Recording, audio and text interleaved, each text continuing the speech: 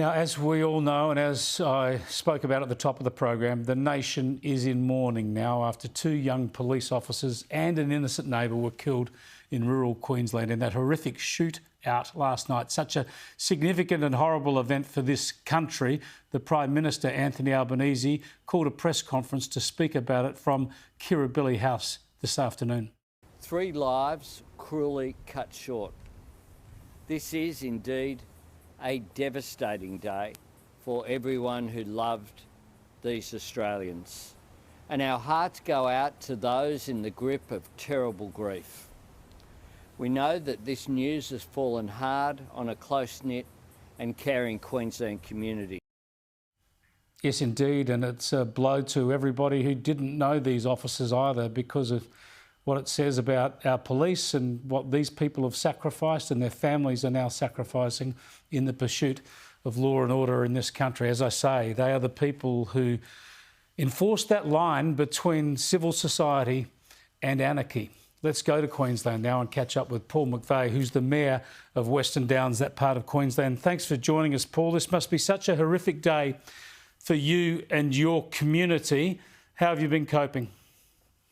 Yeah, evening, Chris. It's an absolute tragedy in our community, and even since this morning, our community's just had this absolute numb feeling that this event, it was such a callous event, taking 2 young police people away from our community, and a resident that's just gone over to help to take them out of our community, and that impact has certainly been felt, and our sincere heartfelt sympathies go to the families of these people that tonight have lost their family members, and an absolute tragedy to this whole community.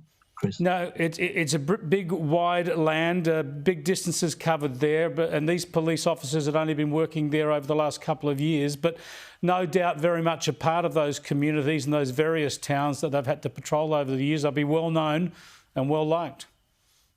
Absolutely, Chris, and our police force and our sympathies also go out to all these work colleagues, and to lose 2 up-and-coming, potentially great police officers growing in our communities and serving their community, and to support our communities, keep our communities safe, and to be taken so tragically last night is just an horrific incident. And as I've said a couple of times today, that we didn't expect these sort of things to happen in regional Queensland, in our community in Queensland. It shouldn't happen in the state, shouldn't happen nationally, as we just heard the Prime Minister say, that an absolute tragedy for all our nation. Yeah, now it comes right out of the blue and people are left scratching their heads. Why? What was going on here? What sort of motivation was there? Of course, the 3 perpetrators are now shot dead, so we'll never get an explanation from them. But The Australian today has been reporting some comments of the gunman, Gareth Train. He was shot dead along with his wife and his brother.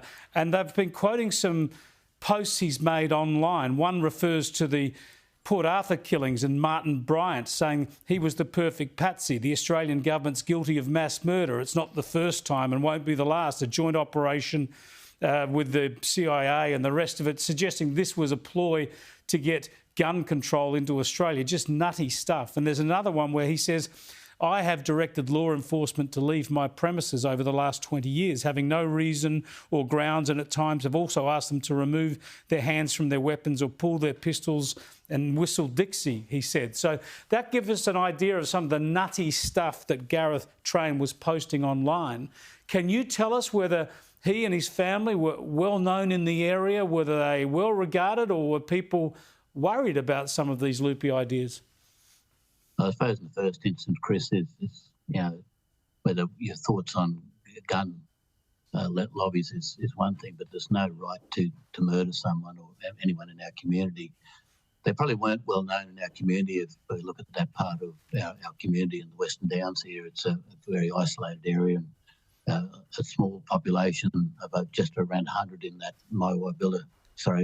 Williambilla community. And it's one of those things, and we're a large area population of 35,000 and a very caring community, a very loving community, and to have something like this happen, and with no regard to human life, and to take very valuable people, 2 police officers and a very, very good neighbour, to take them away from our community once again, is an absolute tragedy. And, it's no justification at all to do these sorts of things in our community. Were they well known, though? Was Gareth Train well known? No, they weren't. Not well known at all. And as I say, I get across our region quite regularly, and I've come across them myself. Paul McVeigh, we thank you for speaking to us, and I know I speak on behalf of everybody else in this country that our thoughts and prayers are with you and your community. Thank you very much, Chris, and thank you for conveying the sympathies. I know that the nation feels that for this community up here at the moment. We've got families tonight that will struggle to go to bed, and they certainly won't have their loved ones with them, and taking some very, very valuable people away from our community.